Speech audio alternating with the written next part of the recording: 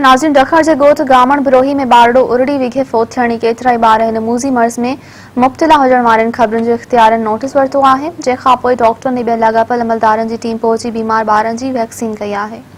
पेश आहे नदीम थईम जी ही रिपोर्ट। जी नाज़रीन, हिन टाइम मौजूद आहियूं ॾखण लॻे नुम शरीफ़ जे इलाइक़े ॻोठ गामण बिरोहीअ में, जिते कल्ह उरड़ीअ में मुब्तला ॿारड़ो जेको फोत थी वियो ऐं उन ई ॻोठ में उन ई घर में ॿ ॿारड़ा जेके आहिनि अञा उरड़ीअ में मुब्तला आहिनि।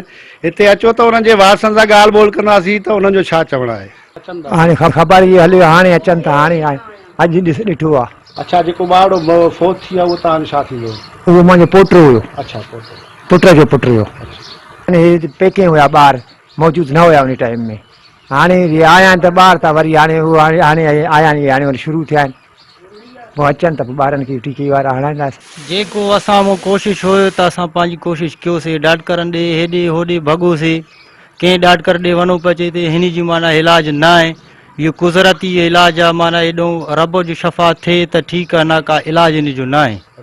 जी जॾहिं हर कंहिंजी पंहिंजो टाइम, हा चक्कर इहो बसि लॻी न आहे। बाक़ी पोलियो वारा अचनि पिया त पोलियो पीआरनि पिया ख़तरा, बाक़ी हिन टाइम ते जेकी मौजूदु न हुया। 3-4 महीननि खां जैकोबाद ऐं शिकारपुर में ॿुधूं था त इहा उरड़ी जो केस अचनि था, ठीकु आहे, रजिस्टर थिया आहिनि काफ़ी, त हिननि खे इहो हुजे जो जेको हेल्थ डिपार्टमेंट वारा आहिनि उहे सर्वे करणु ज़रूरु अचनि त बाबा ॻोठनि में ॿारनि खे वैक्सीन थी आहे न आहे, थी ज़रूरत आहे न आहे, जेके रहियल आहिनि त उन्हनि खे उहो ॿीहर वैक्सीन कनि त उहो जेको आहे सूरत हाल ते कंट्रोल थी सघे। नदीम अली थई, मेरा टीवी ॾखण।